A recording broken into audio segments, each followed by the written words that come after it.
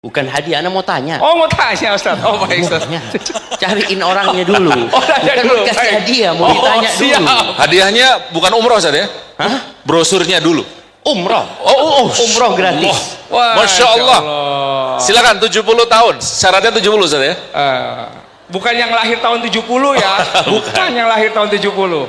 Oh, Nah, itu. Oh, ada betul. satu. Ini ada ibu di sini. Oh, yang dekat sini. Baik. Masya Allah. Ahlan wa sahlan, apa kabar ibu?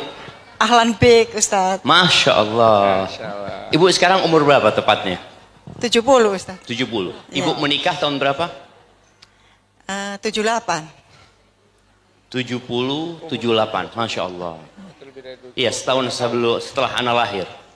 Taib, anak mau tanya sama ibu, apakah ibu sudah selesai dari semua permasalahan?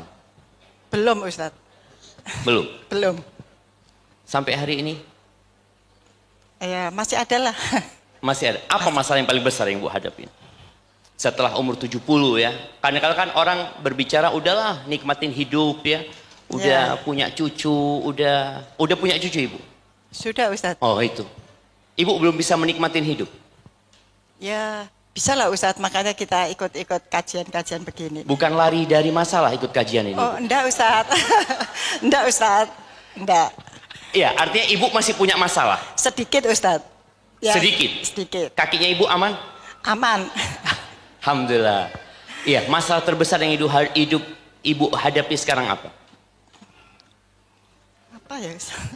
Tidak ada insya Allah ya. Ya enggak ada. Urusan dunia semua remeh insya Allah. Iya Ustaz. Baik, ibu kasih hadiah ibu itu Masya Allah. Masya Allah. Mana hadiahnya kasih? Mana Silakan hadiahnya? hadiahnya. Mana, Mbak? Oh, itu sudah disiapkan. Dari mana? Baik, pertanyaan kedua. Dari Surabaya Ustaz, beliau dari Surabaya. Masya Allah. Jauh-jauh dari Surabaya. Jauh-jauh Masya dari Allah. Surabaya. Barakallahu fiik. Taufik, barakallah. Baik, pertanyaan yang kedua, buat yang baru menikah. Masya Allah. Yang baru menikah. Masya Allah, Masya Allah. Pernikahannya umur 3 bulan. 3 bulan menikah. Nah, itu Wah, tuh. ada ya? Masya Allah. Mohon maaf, saya harus melewati. Itu kalau kesandung, suami masih bilang, yang salah batunya Ustaz. Gitu, itu 3 bulan gitu. Iya. Baik. Sebelum menikah punya masalah nggak? Tapi bismillah, ada Ustadz. Ada. Sebelum menikah. Kebayang nggak setelah menikah masalahnya hilang? Belum Ustadz. Jadi setelah 3 bulan menikah ini masih punya masalah? Alhamdulillah sudah mulai ringan, setidaknya teratasi karena sudah menikah. Masya Allah. Oh, dulu masalahnya belum nikah gitu loh. Oke. Setelah menikah masalahnya karena menikah. Mungkin masih, enggak, dia bilang tadi setelah menikah 3 bulan. Lebih ringan. Masalahnya lebih ringan. Mungkin baru 3 bulan, Mbak. Iya, karena baru 3 bulan jadi ringan gitu Masih kan. ringan, masih ringan. Tapi barakallahu fik, kasih hadiahnya mbaknya. Masya Allah. Dari aslinya Kendal Ustadz, sekarang tinggal di Bantul. Oh, Masya Allah, Masya Allah, barakallahu fiik. Tapi pertanyaan yang ketiga, kasih hadiahnya mbaknya. Pertanyaan yang ketiga, Pertanyaan. buat yang janda. Masya Allah. Tapi janda muda. Nah, nggak mau janda tua nah. Di bawah 40 tahun Ustaz ya? Iya, janda di bawah 40 tahun. Ustaz Afan, janda semangat sekali Ustaz. Masya Masya Allah. Allah. Itulah janda. Oh, semangat banget nih Ustaz. Iya. Baik. Di bawah 40 tahun katanya. Oh, di bawah 40 tahun. Iya, janda di bawah 40 Bu, tahun. di bawah 40 rebutan. tahun. Bukan kelahiran 40 tahun. Oh, belakang ya. Janda. Ngapunten di nggih. bawah 40 Ada yang tahun. bilang, "Saya Mas, saya kelahiran 40." Bukan. Ngapunten, Masya Allah. Ngapunten. Oh, ada yang protes, yang punya suami juga Ustadz nanti katanya. Gimana? Habis ini yang punya suami boleh juga, jangan janda doang katanya. Loh itu sudah ada yang punya suami tadi. Baik. Silahkan memperkenalkan dirinya dulu. Serius ya? Loh, kalau janda disuruh memperkenalkan diri, Ustaz. Gawat. Gawat Ustaz ini. Nah, supaya nggak perkenalannya di terakhir nanti. Ya, tafadhali. Assalamualaikum warahmatullahi wabarakatuh. Waalaikumsalam warahmatullahi wabarakatuh. Memperkenalkan diri apa? Nama saya Tengku Nilo Rafina. Apa nih? Asal saya dari Medan. Masya Allah. Terus Tapi tinggal di Jogja. Nggih, iya. Iya. Allah. Janda cerai, janda mati. Suami saya berpulang, Ustaz. Udah meninggal dunia. Oh, Nggih. meninggal. Rahimahullah. Kehidupan sekarang dengan sebelum ditinggal suami bagaimana? Masalahnya lebih besar atau lebih senang ditinggal suami? Masalahnya masing-masing ada, sebelum dan sesudah Tetap ada masalah. tetap ada masalah. Jazakillah khair. Itu poinnya. Tapi kasih hadiahnya. Baik. Masya Mau Allah. jadi janda, mau punya suami, mau sudah tua, mau belum nikah, kita nggak akan pernah lepas dari masalah. Kasih Mbak, sehat-sehat. Maka kenapa daurah kita berbincang tentang mengadu kepada Allah Azza wa Jalla. Hanya saja sebelum kita mengkaji buku ini, ana ingin mengingatkan bahwa nikmat yang Allah berikan itu jauh lebih besar daripada masalah yang kita hadapi. Hanya saja kita sering lupa. Manusia itu sering mengingat keburukan dan lupa dengan kebaikan. Itu tabiat manusia. Allah menyebutkan innal insana la zalumun kafar. Sesungguhnya manusia itu benar-benar makhluk yang zalim, sangat zalim dan sangat kufur dengan nikmat-nikmat yang Allah berikan. Buktinya apa? Kita sering curhat. Kita sering mengadu. Dan kalau bicara mengadu biasanya kesulitan dan masalah yang dihadapi. Ketika Allah berikan kedua tangan, kita lupa dengan nikmat itu. Ketika Allah berikan jantung yang dapat berdetak dengan normal, bertahun-tahun kita membawa jantung itu. Sampai suatu saat dokter jantung mengatakan ada masalah dengan jantungmu. Baru kita mengadu. Engkau kemana selama ini? Padahal di akhir setiap sholat, kita itu dianjurkan untuk mengatakan, Allahumma a'inni ala dzikrika wa syukrika wa husni ibadatik. Kita disuruh minta, ya Allah bantulah aku untuk senantiasa mengingatmu. Karena mengingat manusia itu bala dan mengingat Allah itu dawa, obat. Ketika kita ingat dengan fulan yang pernah menyakiti kita. Kita ingat dengan pasangan hidup kita yang pernah berbuat buruk kepada kita. Kita ingat dengan kondisi orang-orang yang mungkin tidak menyukai kita. Jadi penyakit buat kita. Tapi tatkala kita mengingat Allah Azza wa Jalla, jadi tenang hati kita. Tapi ternyata kita lebih sering mengingat manusia, mengingat makhluk daripada mengingat Allah Azza wa Jalla. Kita disuruh minta tolong, Allahumma a'inni ala dzikrik. Yang kedua, wa syukrik, bantulah aku untuk senantiasa bersyukur kepadamu ya Allah. Wallahi jamaah, kalau bicara penyakit, anak kadang-kadang ngelihat kaki anak ada masalah ya. Kulit anak bermasalah. Tangan anak agak sakit. Perut sini, ya Allah. Kita mengingat beberapa detail masalah di tubuh kita, tapi kita lupa ada banyak nikmat yang kita sudah lupa. Maka kita memohon kepada Allah agar dibantu bersyukur. Tidak hanya mengeluhkan masalah. Kemudian yang ketiga, dan ini puncak dari harapan seorang muslim, al-ihsan wa husni ibadatik, agar kita bisa beribadah yang baik kepada Allah Subhanahu wa taala. Ahibati fillah,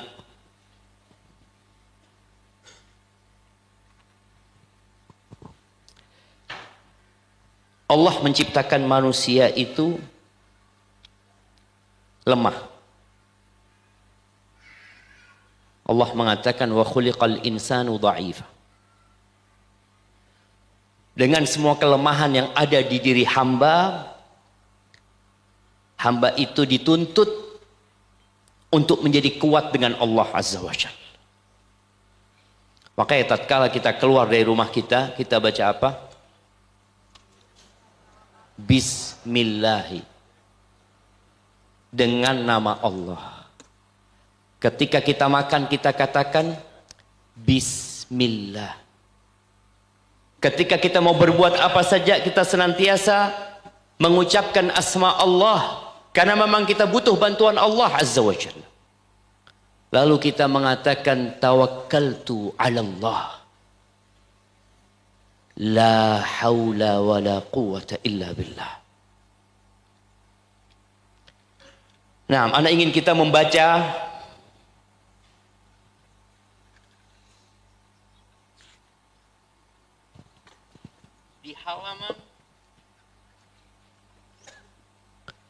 di halaman 6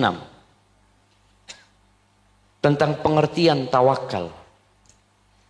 Di halaman 6. Kita tuh sering ngomong tawakal. Udah tawakal. Udah serahkan sama Allah Subhanahu wa taala.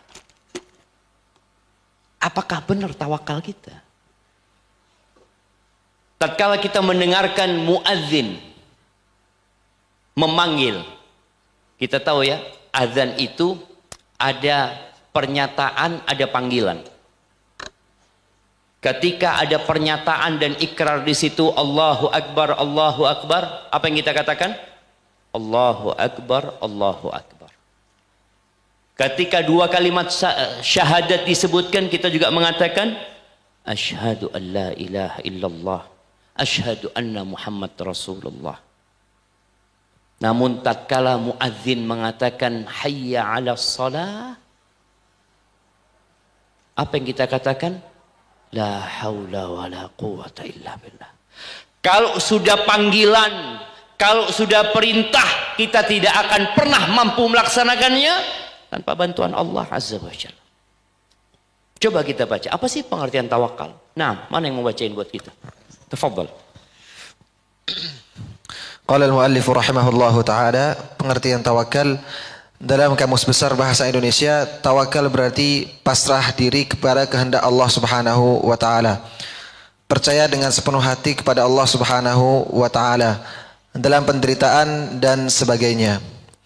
Ibnu Mandzur dalam Lisan Al-Arab berkata bahwa tawakal itu berarti istalama lahu, yaitu berserah diri kepadanya. Secara istilah terdapat beberapa pengertian tawakal. Di antaranya sebagai berikut. Ibnu Abbas radhiyallahu anhuma berkata bahwa tawakal adalah as-siqatu billah, yakin kepada Allah Subhanahu wa taala. Imam Ahmad rahimahullah berkata bahwa tawakal adalah qat'ul istisyrafi bil ilyasi minal khalqi, memutus pengharap-harapan asa kepada manusia. Nah, bukan hanya kepada manusia, tapi kepada ciptaan, kepada makhluk, baik itu manusia atau jin atau malaikat.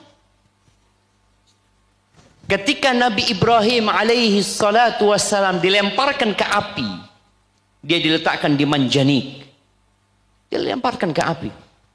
Disebutkan di bawah beberapa asar bahwa malaikat Jibril datang mengatakan kepada Nabi Ibrahim, alaka ilayya haja, Ibrahim, engkau butuh sama aku, engkau butuh sama aku. Apa kata Ibrahim? Amma ilaika fala, kalau kepadamu aku nggak butuh, engkau makhluk, sama-sama aku makhluk. Engkau makhluk yang tidak dapat berbuat kecuali apabila Allah memberikan izin agar engkau berbuat. Lalu Nabi Ibrahim mengatakan, amma ilallah fana'am, kepada Allah aku butuh sekarang. Apa yang dikatakan oleh Nabi Ibrahim? Hasbunallah wa ni'mal wakil. Hasbunallah. Maka di sini kepada manusia itu ditambahkan makhluk. Bukan hanya kepada, tapi kepada makhluk. Kita benar-benar memutus semua harapan-harapan kepada makhluk. Sebagian kita kalau masalah menimpa dia, dia berpikir, oh ada fulan, ada alan, oh aku punya duit, aku masih punya simpanan. Ketika seorang suami mendolimin istrinya, kemudian sang istri berpikir, enggak, aku mau gugat cerai. Nah terus gimana dengan kehidupanmu nanti? Alhamdulillah aku punya tabungan. Dia bergantung kepada Allah? Tidak. Dia berserah diri kepada Allah? Enggak. Oh, aku punya kakak yang peduli sama aku. Aku punya keluarga yang siap menerimaku. Kemana Allah? Kok katanya tawakal? Jadi makna tawakal itu qat'ul istishraf bil iyas minal khalaq. Benar-benar kita memutuskan pengharapan asa kepada makhluk. Nggak ada. Bersandar kepada tabungan, bersandar kepada pekerjaan. Sebagian orang tua ketika menyuruh putrinya sekolah tinggi dan bekerja, apa kata orang tuanya? Nanti nak, kalau engkau punya masalah sama suamimu, kalau engkau diceraikan, engkau sudah punya pekerjaan. Ini belum nikah sudah disiapkan untuk bercerai. Jadi orang tuanya, ya Pak Coach. Ada orang tua kayak gitu. Gimana Ibu, ada? Yang jawab? Emak-emak. Mama Ustaz. Insya Allah. Iya, jadi memang disiapin dia untuk berpisah sama suaminya. Karena aku nggak tahu dengan takdir nanti gimana masa depanmu. Ya udah, engkau kerja sekarang. Jadi kalau ada apa-apa engkau sudah siap. Kemana Allah gitu loh. Masya Allah. Ini yang namanya tawakal. Kan coba dibaca ucapan Ibnu Rajab. Ibnu Rajab rahimahullah dalam Jami' al-Ulum wal Hikam berkata bahwa tawakal adalah sidqu i'timadil qalbi 'ala Allah 'azza wa jalla fi istijlabil masalihi wa daf'il madari'i fi umurid dunya wal akhirati kulliha. Bersandarnya hati kepada Allah Subhanahu wa taala dalam meraih maslahat dan menolak madarat untuk seluruh urusan dunia maupun akhirat. Jadi sejatinya tawakal dan doa yang tadi mungkin sudah dibahas cukup panjang sama Ustaz Abdul, itu manifestasi dari ikrar kita setiap sholat, iyyaka na'bud wa iyyaka nasta'in. Hanya kepadamu ya Allah kami beribadah. Hanya kepadamu kami berdoa, kami meminta. Karena doa itu adalah ibadah. Hanya kepadamu. Wa iyyaka nasta'in, itu makna tawakal. Dan hanya kepadamu kami meminta pertolongan. Dalam urusan dunia dan urusan akhirat. Kebanyakan kita enggak sama. Dan bicara tawakal, ingat tawakal itu amalan hati. Bukan amalan fisik. Maka di halaman 8 di sini Ustaz Muhammad Abduh Tuasikal menjelaskan tentang tawakal yang keliru. Kelompok yang pertama, ya udahlah, serahkan sama Allah. Engkau nggak kerja, loh, takdirku sudah ditulis 50.000 tahun sebelum penciptaan langit dan bumi. Kalau Allah mau kasih rezeki, Allah kasih. Ketemu orang kayak gitu? Banyak Ustaz. Enggak lah, nggak banyak lah. Oknum maksudnya Ustaz. Oknum, iya. Nah, ada orang yang mungkinkah emak-emak ingin punya anak tapi dia tidak menikah? Insya Allah lah. Kalau takdirnya Allah datang tuh anak, insya Allah. Nah, secara akal dan secara syariat tidak benar. Tapi ada. Kemudian yang kedua, kelompok yang bersandar kepada sebab. Ya, dia kerja, dia usaha. Dia lupa bahwa semua usaha dia tanpa bantuan Allah sia-sia, jemaah. Yang benar itu yang ketiga, menggabungkan tawakal dan usaha. Hatinya bergantung kepada Allah, fisiknya berupaya dan bekerja semaksimal mungkin. Karena tawakal amalan hati. Ingat ketika Nabi SAW perang Uhud. Nabi itu pakai baju besi double. Nabi. Kenapa? Ini usaha. Ini amalan raga kita. Lisan kita juga mengatakan bismillah tawakkaltu 'ala Allah. Beliau pakai baju besi double. Hatinya tidak bergantung kepada baju besi. Hatinya tidak bergantung dan bersandar kepada pedang yang dipegang Nabi SAW. Hatinya tetap bersama Allah Azza wa Jalla. Itulah tawakal. Makanya kita sering mendengar tawakal seperti burung. Coba dibaca hadisnya di halaman 9 ini. Dari Umar bin Khattab radhiyallahu anhu, dari Nabi sallallahu alaihi wasallam, beliau bersabda, "Lau annakum tawakkaluna 'ala Allah haqqa tawakkulihi la razaqakum kama yarzuqut tayr taghdu khimasan wa taruhu bitanan." Seandainya kalian benar-benar bertawakal kepada Allah Subhanahu wa taala, sungguhnya Allah akan memberikan kalian rezeki sebagaimana burung mendapatkan rezeki. Burung tersebut pergi di waktu pagi dalam keadaan lapar dan kembali di waktu sore dalam keadaan kenyang. Nah, kadangkala burung lebih pintar dari manusia. Burung itu usaha enggak? Usaha. Belum tentu burung itu pulang. Seringkali anak-anak anak itu mendapati anak burung yang bercuit-cuit ya di atas pohon depan rumah ya. Sampai anak ngomong, "Bah, ini kayaknya nggak ada ibu sama bapaknya." Iya, ibu dan bapaknya nggak kembali mungkin. Karena sudah ditangkap oleh petani. Tapi ada usaha. Dan subhanallah, burung itu benar-benar bersandar kepada Allah. Burung itu nggak punya kulkas loh. Gak punya freezer Ustaz ya. Pernah ngelihat burung? Karena dia ngelihat, ngomong sama pasangannya, "Di ini kayaknya musim hujan ya. Takut kita nggak bisa besok keluar. Kita simpen makanan yuk." Nggak ada burung simpen makanan. Burung nggak punya tabungan. Dia hidup hari itu untuk hari itu. Hari esok terserah Allah. Benar. Makanya bicara nikah. Nah, Anda mau tanya sama ibu-ibu ini.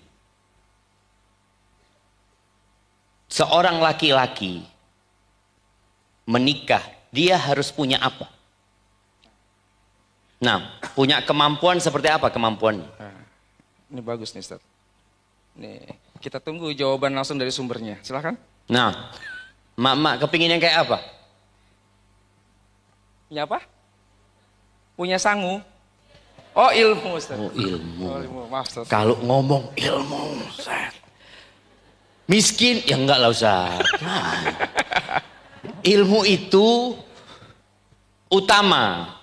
Tapi pelengkapnya fulus lah Ustaz. Ilmu nggak datangkan fulus kan?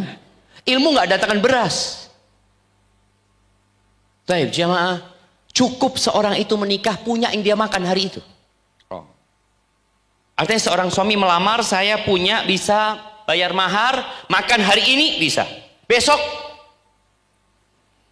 wallahu a'lam. Masya Allah. Wallahu a'lam besok. Ingat Nabi SAW menikahkan seorang sahabat yang dia nggak punya apa-apa. Nabi SAW mengatakan iltamis walau khataman min hadid. Engkau cari walaupun cincin besi. Sahabat ini pulang ke rumahnya. Pulang, dia cari. Dia mengatakan, "Ya Rasulullah, nggak ada ya Rasulullah." Akhirnya sahabat ini sedih ya. Dia ingin menikah, tapi dia nggak punya apa-apa. Namun dia kalau bisa bicara ngasih makan, dia akan berusaha untuk cari makan. Lalu dia mengatakan, "Ya Rasulullah, boleh sarungku ini aku jadikan mahar buat dia." Apa kata sahabat yang meriwayatkan hadis ini? "Wallahi laisa ala atiqihi syai'." Demi Allah, di atas pundaknya nggak ada kain. Sahabat ini cuma pakai sarung. Dari miskinnya sahabat itu. Kata Nabi SAW, kalau sarungmu jadi mahar, Pakai apa Ustaz ya? Engkau pakai apa kata dia. Akhirnya diam sahabat ini. Benar-benar dia itu, ya ini yang aku punya gitu. Lalu Nabi SAW mengatakan, engkau hafal Al-Quran? Iya, aku punya. Aku hafal surat ini, surat ini, surat ini. Akhirnya dinikahkan sama Nabi SAW. Besok makan apa? Wallahu a'lam. Tapi ya wanita boleh milih, Mas Yusuf. Nggak harus nerima. Katanya perempuan itu nggak bisa milih. Kata siapa? Anak punya temen nador 70. Nador 70 perempuan, bayangin ya. Dia kalau di antara 70 ini masalahnya dia duda. Baik. Jadi duda itu masalahnya ketika dia nazar kepada seorang akhwat, dia berharap lebih daripada istri dia yang dahulu. Berarti belum bisa move on. Belum bisa dia. Ketika dia ngelihat, Masya Allah nggak cocok kata dia. Mantan memang penuh kesan sih Ustaz. Oh Masya Allah. Dalam ya, dalam ya. Baik. Kemudian kalau dia cocok, Ya Ustaz. tuh perempuan nggak cocok. Wah. Ternyata dia ditolak sama banyak perempuan juga gitu loh. Artinya dia berhak memilih perempuan itu juga. Dia bisa menerima atau tidak. Tapi intinya ketika seorang menikah dan dia berserah diri kepada Allah Azza wa Jalla. Ya besok mau makan apa? Ya udah kalau kita tawakal sama Allah, Allah akan kasih rizki seperti Allah memberikan rizki kepada burung. Ini bukan maknanya kita nggak boleh menyimpan ya. Boleh menyimpan. Rasul Shallallahu Alaihi Wasallam kalau lagi panen di Khaybar itu setelah beliau punya harta, beliau kasih nafkah buat istrinya hampir setahun. Jadi nafkah itu nggak harus bulanan, boleh tahunan. Tapi kira-kira perempuan kalau kasih nafkah setahun, 12 M Ustaz. enggak bertahan berapa lama tuh duit? Itu masalahnya Ustaz. Mungkin mesti pakai auto debit ya Ustaz. Jadi kita atur gitu ya tiap bulan gitu ya Ustaz ya. Nah, tapi intinya tawakal itu benar-benar berserah diri kepada Allah, yakin sama Allah. Seperti burung tadi. Ada kisah teman ya di Jember itu, Masya Allah ya. Dia pindah dari Jakarta ke Jember. Dia buka usaha. Usahanya dia itu ngepres motor-motor yang ketabrak ya. Dia ngomong suatu hari anak itu punya duit hanya tinggal 20.000. Artinya duit dia tinggal 20.000. Nggak ada duit lain Ustaz. Anak buka usaha anak dari pagi Ustaz. Terus sampai lewat zuhur nggak ada orang datang. Lewat asar nggak ada orang datang. Ya, dia hatinya cuma bergantung sama Allah SWT. Ketika dia mau tutup sebelum maghrib ada orang datang bawa motor. Mas bisa ngepres mas? Apa kata orang ini? Sampean yang saya tungguin dari tadi. Masya Allah. Masya Allah. Artinya ketika orang berserah diri sama Allah, udah jangan takut gitu loh. Yang jadi masalah sebagian kita itu nggak qanaah. Rasul Shallallahu Alaihi Wasallam beliau datang ke rumah istrinya, tanya di pagi hari ada yang bisa dimakan? Kata istrinya nggak ada ya Rasulullah, kecuali air. Air ada. Masalah apa bukan masalah? Apakah dengan marah masalahnya selesai? Terus bagaimana cara menghadapi masalah itu? Kata Nabi SAW, idzan ana shaim. Kalau gitu hari ini aku puasa. Selesai. Tapi sebagian kita kan enggak. Mengajak suaminya berantem. Gara-gara engkau. Ini masalah dari engkau semuanya. Kok bisa aku dapat suami kayak kau? Udah nggak ada makanan. Yang ada berantem, nggak selesai masalah. Ketika idzan ana shaim, puasa. Doanya orang puasa itu mustajab. Udahlah kita puasa. Bukan berarti kita nggak usaha, udah kita usaha. Gitu. Tapi jangan sampai masalah itu menambah masalah. Ada slogan mengatasi masalah dengan masalah Ustaz. Oh iya salah ya. Nah, nih, kita kalau tawakal dapat apa? Jemaah, tawakal ini dalam banget ya. Bagaimana orang percaya menyerahkan kepada Allah SWT sampai Ibnu Qayyim tuh mencontohkan seperti bayi. Bayi itu nggak bisa berbuat apa-apa. Dia hanya bisa berserah diri kepada siapa? Bapak ibunya. Bapak ibunya. Dia punya niat, dia nggak bisa mengungkapkannya. Hanya dia bisa menangis. Bapak ibunya mungkin punya urusan di kamar sebelah, dia sendirian. Bayi. Iya, Ustaz. Antum pernah jadi bayi? Pernah, Ustaz. Ingat waktu jadi bayi? Enggak. Nggak ingat kan? Nggak ingat. Kita nggak ingat, tapi yang jelas bayi itu benar-benar tawakal sama orang tuanya. Betul.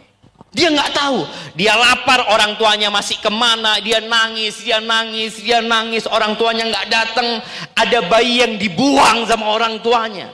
Dia benar-benar nggak bisa berbuat apa-apa. Bagaimana kita melakukan itu kepada Allah Azza wa Jalla? Kita benar-benar berlepas diri dari semua. Ya Allah, ya Allah, aku punya niat, ya Allah, aku punya keinginan, ya Allah, aku punya cita-cita, aku punya angan-angan, ya Allah. Tapi semua terserah Engkau, ya Allah. Terserah sama Engkau. Engkau yang tahu yang mana yang baik sama buat aku dan mana yang buruk buat aku. Berapa banyak keinginan-keinginan kita yang tidak menjadi kenyataan. Apakah kita kemudian mengeluh? Enggak apa-apa ngeluh. Tapi jangan sama tetangga. Jangan sama kawan lah. Mengeluh kepada Allah Jalla Jalaluh. Allah itu kalau mau kasih, tinggal katakan kun. Jadi jemaah. Enggak ada yang mustahil buat Allah Azza wa Jalla. Enggak ada yang mustahil. Kita tahu bagaimana Nabi Ibrahim ketika beliau berumur 86 tahun kira-kira. Ya, umur 86. Beliau berdoa terus ya, minta anak. Rabbi habli minas solihin, Rabbi habli minas solihin, Rabbi habli minas solihin. Udah terserah Allah. Yang jelas dia usaha, dia minta. Loh, istrinya sudah tua. Mustahil bisa punya anak. Dokter mengatakan, aduh nggak mungkin sudah. Iya dok, kami tahu engkau makhluk. Engkau nggak bisa. Tapi Allah bisa dan mampu. Nah, di sini kita akan lihat apa buah dari tawakal seseorang. Nah, silakan dibaca. Buah dari tawakal, yang pertama, tawakal itu menguatkan tekad dan kokoh dalam urusan. Allah Ta'ala berfirman, fa in azamta fatawakkal. Fa idza azamta fatawakkal 'ala Allah. Kemudian apabila kamu telah membulatkan tekad, maka bertawakkallah kepada Allah. Surah Al-Imran ayat 159. Nah, jadi kita itu nggak tahu ya apa yang akan terjadi. Kalau kita punya urusan jamaah, usahakan nggak cerita kemana-mana. Ada omongan, Ustadz kenapa ya kalau orang mau nikah itu pas deket tanggal pernikahan banyak aja cobaannya. Yang ini, yang itu, ya udah nggak usah merame-rame. Ada akad nikah, ada walimah. Yang nggak perlu rame-rame itu apa? Akad nikah. Setelah akad nikah baru bikin walimah, baru kasih kabar orang-orang. Tapi kalau engkau belum nikah sudah rame-rame, ada yang hasad, ada yang nggak suka. Sudah, engkau sudah bertekad, udah istikharah, tawakal. Bismillah. Nanti setelah, nah ini bicara walimah ya. Walimah itu wajib apa sunnah? Wajib apa sunnah? Wajib apa sunnah? Wajib, Ustaz, karena wajib mengumumkan kan, Ustaz? Wajib. Nah, ada dua pendapat para ulama. Ada yang mengatakan wajib, ada yang mengatakan sunnah. Tapi walimah itu, ya cukup ngundang 10 orang. Nggak usah rame-rame. Oh, aku mau ngundang 1000 orang. Iya nggak apa-apa. Kalau engkau sudah bertekad, sudah serahkan sama Allah. Tadi, Nabi SAW mengatakan ista'inu ala qada'i hawaijikum bil kitman. Kalian itu berusaha menyelesaikan urusan-urusan kalian dengan cara menyembunyikannya. Mau punya usaha, nggak usah rame-rame. Nanti kalau sudah selesai, biar orang melihat hasilnya.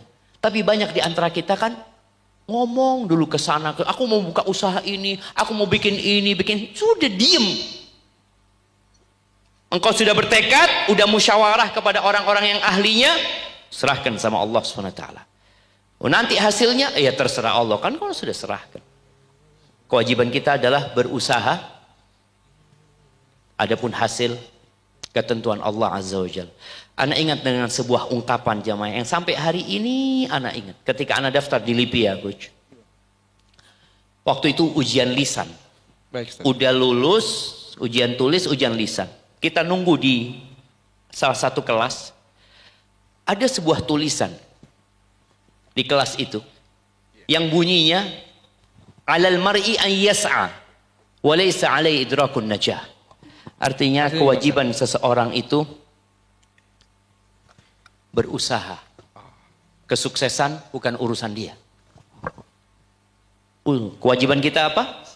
Usaha. Berhasil tidak berhasil ya bukan urusan kita. Makanya serahkan sama Allah. Ini buah tawakal. Dia benar-benar sudah serahkan sama Allah. Tekadnya bulat, serahkan sama Allah SWT. Yang kedua. Nah. Ya, yang baca kok hilang?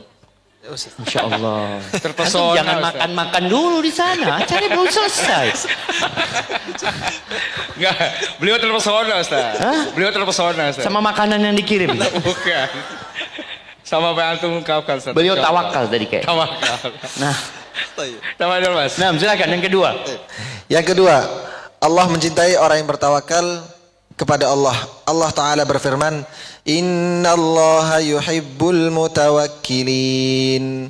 Sungguhnya Allah menyukai orang-orang yang bertawakal kepadanya. Surah Al-Imran ayat 159. Allahu Akbar jamaah. Gimana kalau kita dicintai sama Allah? Mau suami benci, mau anak-anak gak suka, mau mertua memusuhi kita, kalau Allah sudah cinta, selesai urusannya. Makanya ada seorang yang mengungkapkan sebuah bait-bait syair ya. Waktunya tinggal berapa menit? Masih 5 menit lagi, Ustaz. 5 menit lagi. Dia ini mengadu sama Allah ya. Dia mengatakan laitaka tahlu wal hayatu mariratun walaitaka tarda wal anamu ghidabu. Kata dia, andai kata engkau manis sama aku ya Allah, dan hidup ini pahit, aku nggak peduli ya Allah. Andai kata engkau ridho sama aku dan seluruh makhluk itu benci sama aku nggak peduli, aku nggak punya urusan sama mereka. Laital ladzi baini wa bainaka amiru wa baini wa bainal alamin kharabu. Jikalau urusanku dengan engkau baik-baik saja dan urusanku, hubunganku dengan seluruh makhluk ini rusak, aku nggak peduli ya Allah. Idza sahha minkal wuddu fal kullu hayyinun. Kalau benar cintamu ya Allah, semua urusannya ringan jemaah. Fa kullu alladhi fawqa turabi turabu. Semua yang ada di atas muka bumi ini akan kembali menjadi tanah jemaah. Kenapa kita kemudian lebih peduli sama cinta manusia daripada kecintaan Allah Azza wa Jalla? Maka berusaha meraih cinta Allah dengan bertawakal tadi, berlepas diri dari semua ketergantungan. Benar-benar menyerahkan kepada Allah SWT. Lebih percaya sama Allah daripada seat belt yang dia pasang. Lebih percaya sama Allah daripada helm yang dia pakai. Karena kita nggak tahu jamaah apa yang akan terjadi. Sebagian orang merasa aman, udah anak pakai seat belt aman. Berapa banyak mobil yang terbakar dan orang itu tidak bisa keluar dari mobil gara-gara seat belt itu jamaah. Maka jadilah orang yang dicintai Allah dengan menyerahkan semuanya kepada Allah. Baik, yang ketiga. Yang ketiga, tawakal kepada Allah akan mewariskan pertolongan, kekuatan, kuatnya hati dan keberanian. Allah Ta'ala berfirman, الذين قال لهم الناس إن الناس قد جمعوا لكم فاخشوهم فزادهم إيمانا وقالوا حسبنا الله ونعم الوكيل فانقلبوا بنعمة من الله وفضل لم يمسسهم سوء واتبعوا رضوان الله والله ذو فضل عظيم. Yaitu orang-orang yang mentaati Allah dan Rasulnya, yang kepada mereka ada orang-orang yang mengatakan, sungguhnya manusia telah mengumpulkan pasukannya untuk menyerang kamu. Karena itu takutlah kepada mereka. Maka perkataan itu menambah keimanan mereka, dan mereka menjawablah, cukuplah Allah menjadi penolong kami, dan Allah adalah sebaik-baik pelindung. Maka mereka kembali dengan nikmat dan karunia yang besar dari Allah. Maka maaf kami ulangi. Maka mereka kembali dengan nikmat dan karunia yang besar dari Allah. Mereka tidak mendapat bencana apa-apa. Mereka mengikuti keridhaan Allah Subhanahu wa taala, dan Allah mempunyai karunia yang besar. Surah Al-Imran ayat 173 sampai 174. Jemaah, betapa seringnya ya, ketika kita mengadu kepada manusia, manusia itu menakut-nakutin kita. Oh, nanti kamu kayak gini, nanti kamu kayak gini. Sering kita ditakut-takutin. Dan Rasulullah SAW bersama sahabatnya pernah ditakut-takutin. Mereka akan diserang, mereka akan dibantai oleh orang-orang musyrikin. Dan datang orang-orang musyrikin tersebut. Apa yang dikatakan para sahabat? Seperti yang dikatakan Nabi Ibrahim. Hasbunallah wa ni'mal wakil. Wallahi jamaah, tidak akan terjadi kecuali yang Allah tetapkan dan tentukan. Orang kalau tawakal itu jadi pemberani. Khalid bin Walid meninggal di mana? Di mana Khalid bin Walid meninggal? Di atas ranjangnya. Padahal kata Khalid bin Walid, tidak ada sejengkal di tubuhku ini kecuali ada bekas tebasan pedang, atau tusukan tombak, atau bekas anak panah. Nih, aku sekarang mati, kata Khalid bin Walid, seperti matinya sapi jantan di atas ranjang. Padahal Khalid kepingin mati di medan perang, tapi nggak mati gitu loh. Makanya ketika orang mengatakan hasbunallah wa ni'mal wakil, dia yakin ketentuan Allah itu pasti baik buat dia. Ya udah. Ini bicara buah dari tawakal. Kemudian yang keempat di sini, orang yang bertawakal akan diberi kecukupan oleh Allah Subhanahu wa taala. Ini ayatnya ada di surat apa? Surat perceraian. Surat At-Talaq. Karena biasanya orang kalau cerai itu banyak putus asa. Oh, gitu Ustaz ya. Iya. Dia kadangkala kalau selama ini sebagai ibu rumah tangga, dia akhirnya mikir, ana gimana Ustaz ya? Padahal ibu ana sudah nggak ada, bapak ana sudah nggak ada. Ana juga bukan pekerja. Ternyata ana diceraikan sama suami ana. Ini ayatnya. Wa man yatawakkal 'ala Allah fahuwa hasbuh. Allah akan mencukupi. Tapi kalau seorang wanita pekerja ketika diceraikan, apa yang dia lakukan? Alhamdulillah, saya sudah persiapan sejak dulu. Siap.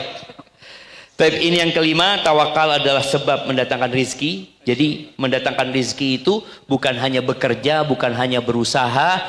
Jadi ibu-ibu yang membantu suaminya bekerja, tolong bantu suaminya dengan bertawakal. Suaminya selalu ketika berangkat kerja katakan, Mas, jangan lupa baca doa Bismillahi tawakkaltu ala Allah. Aku yakin yang sampai ke rumah ini yang ditetapkan oleh Allah Subhanahu wa taala. Tolong dibantu bukan hanya dengan bekerja. Allah. Tapi dengan tawakal. Barakallahu fiik, itu mungkin. Baik, Ustaz, insyaallah. Berkaitan dengan tadi masalah talak, putus asa. Ini ada pertanyaan bagus nih, Ustaz. Dari beberapa pertanyaan yang disampaikan saya. Ustaz, saya korban KDRT. Nah, tapi saya diam saja karena anak. Berkaitan dengan tawakal yang artinya berserah diri, pertanyaannya adalah, apakah tawakal saya salah? Kalau saya diam saja dan membiarkan suami melakukan hal tersebut, apakah itu bagian dari pasrah dan tawakal saya kepada Allah dengan kondisi yang ada? Yang ketiga, sikap yang tepat dengan kondisi saya seperti ini bagaimana Ustadz agar menjadi bagian pahala buat saya? Apa dulu Ustadz? Nah, Ini kelihatannya ada yang tanya ada di sini. Iya jelas Ustadz, karena itu pertanyaan dari Nah, Insya Allah. cuma anak kepingin tanya ibu-ibu ya. Adakah suami yang marah kemudian melakukan KDRT tanpa sebab?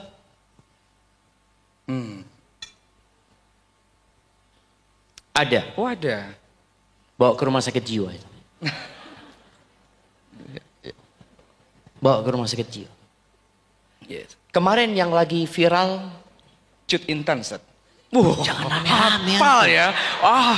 Allah. Ternyata masuk follower. Kelepasan saya Ustadz. Dah. Apa yang menyebabkan suaminya itu kemudian memukulin istrinya? Ibu-ibu, anak kepingin ibu-ibu yang jawab. Ibu-ibu jawab deh. Oke. Nah kalau saya jawab ketahuan kalau saya. Anak tahu Islam. suaminya nggak benar. Baik. Suaminya dikatakan selingkuh ya, Iya. suka melakukan KDRT. Cuma ingin tahu di video itu apa yang menyebabkan suaminya kemudian melakukan KDRT? Siapa yang mau jawab? Ayo angkat tangan yang jawab, ada hadiahnya. Ada hadiahnya.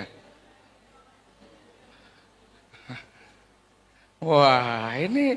Oh ya, ada tanda tangan. Silakan, Mbak. Oke, kita coba dengarkan investigasi seperti apa? Investigasi insert. Seru nih Ustadz nih.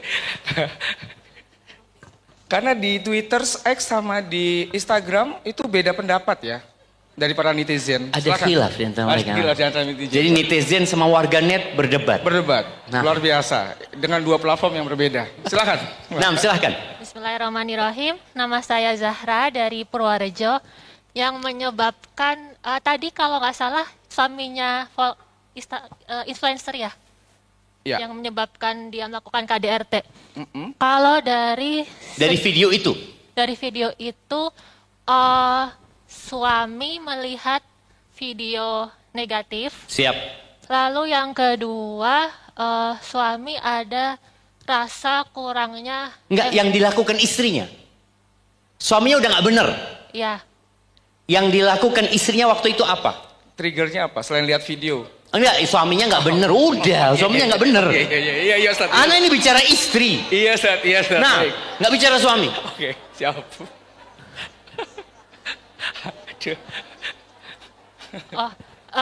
Jadi suami melakukan itu karena ada rasa yang belum selesai pada diri suami. Ada yang belum selesai pada diri suami.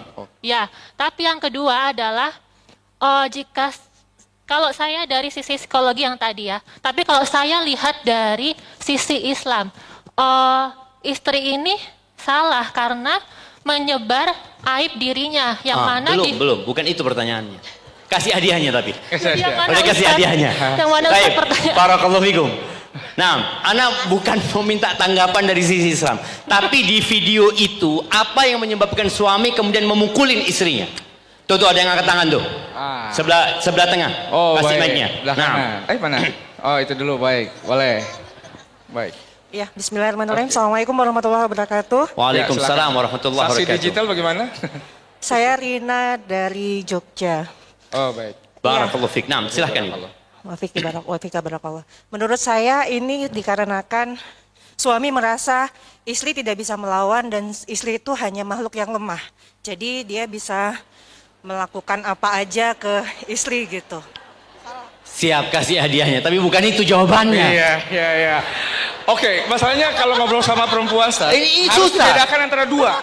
Kebenaran atau pembenaran. Ya, yang depan sini, yang depan. Kasih mic-nya yang paling depan.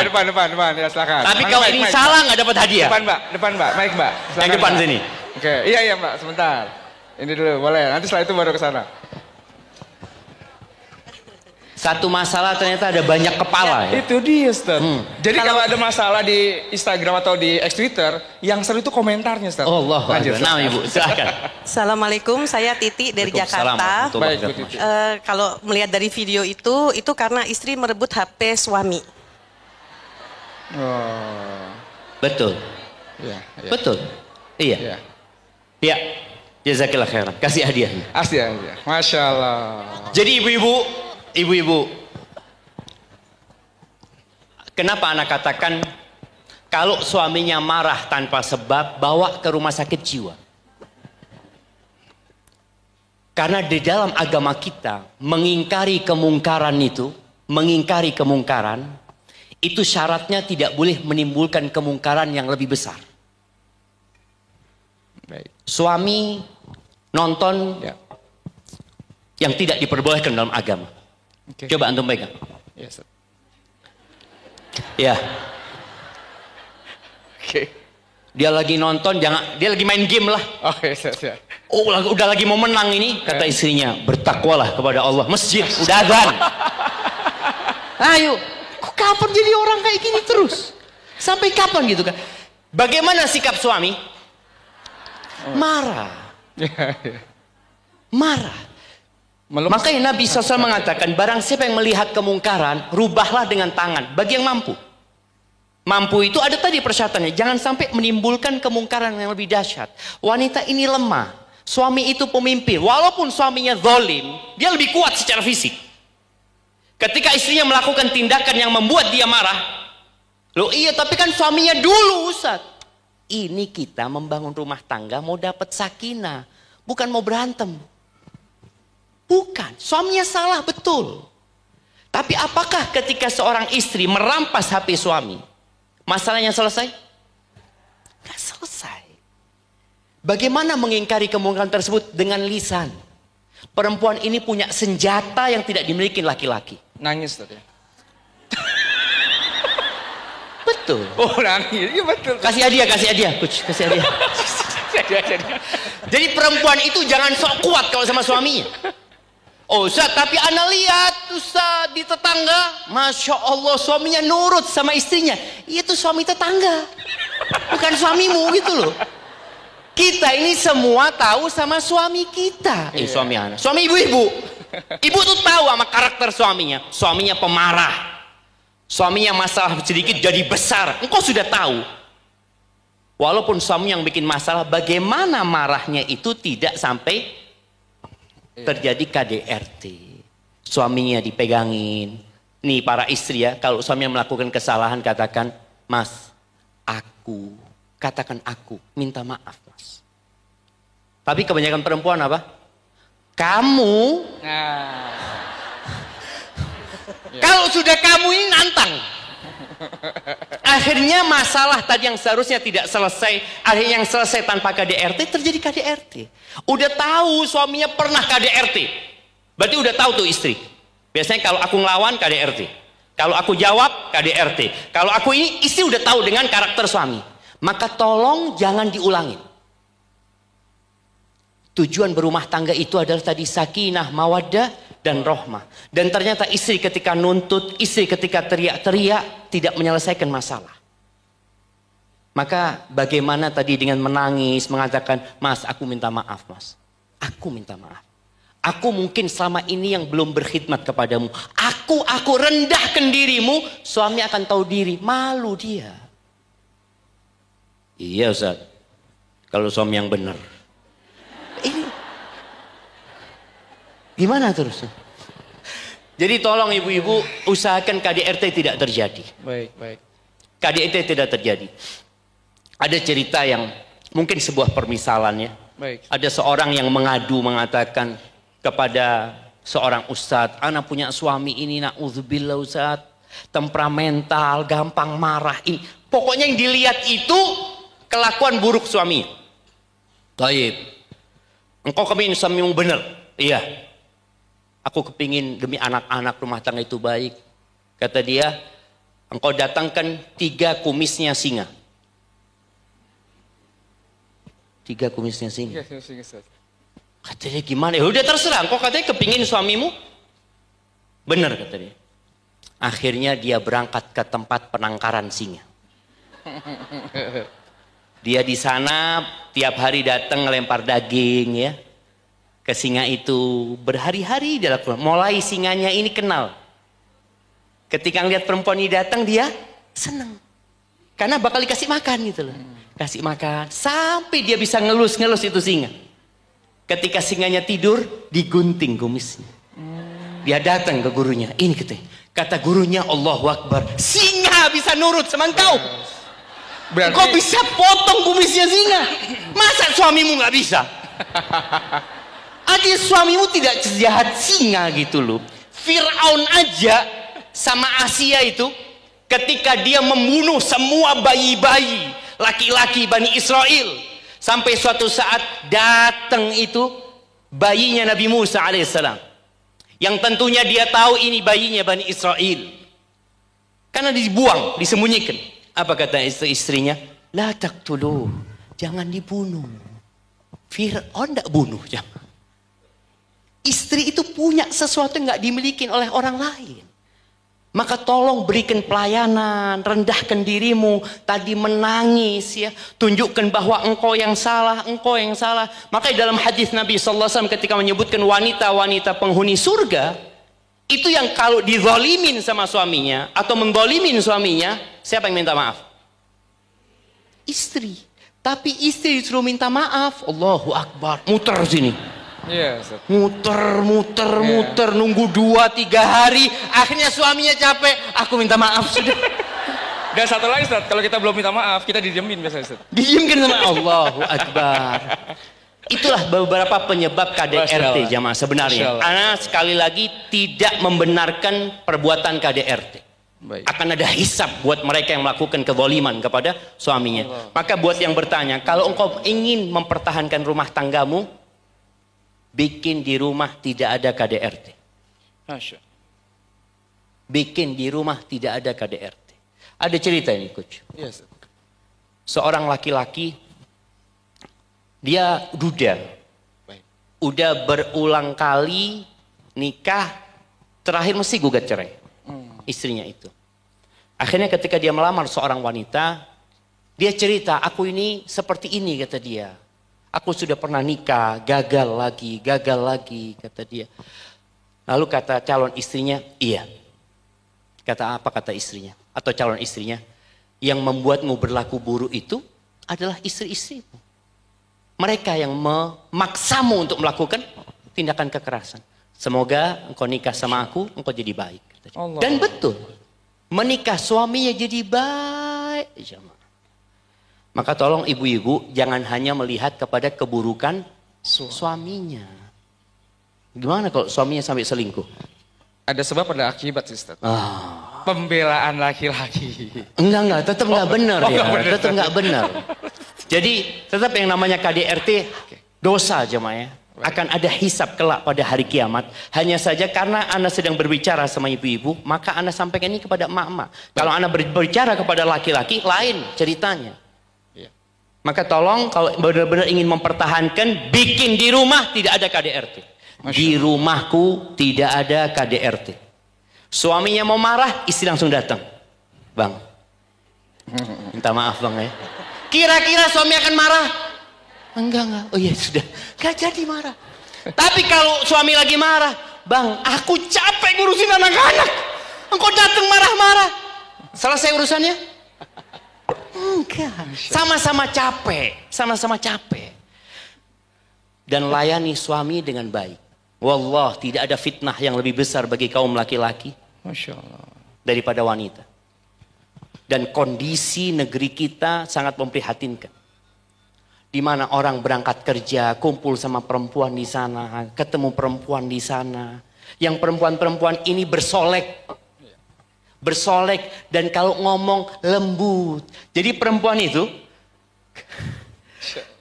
kalau ngomong sama suami beda kalau ngomong sama atasannya. Ada seorang perempuan ini ngomong sama temennya. Iya, Ustaz. Gimana ya aku punya laki-laki ini kata dia. suka marah ini itu, kata dia. Oh, udah gue cerai, kata dia. Cuma yang jadi masalah dia bosku, kata dia. Oh, dengerin kalau bos, nanti dipecat engkau. Jadi kalau bicara tempat kerja, perempuan itu akan berlaku baik, tapi sama suaminya enggak kadang-kala. Maka tolong dirubah. Tolong ketika suamimu pulang, sering Anda sampaikan jangan ditanya suaminya dari mana. Nggak ada pertanyaan dari mana. Yang ada pertanyaannya, mau apa? Suaminya datang, bang, mau apa bang? Bikin suami yang pemarah itu jadi nggak pemarah, sama lah kayak singa tadi. Kalau setiap datang makanan siap, dikasih menu suaminya, bang, fabel. Wah, Ustaz, Masya Allah. Oh, ini siap semua, tapi nunggu 15 menit. Tinggal dipesenin online, kirim datang. Masya Allah.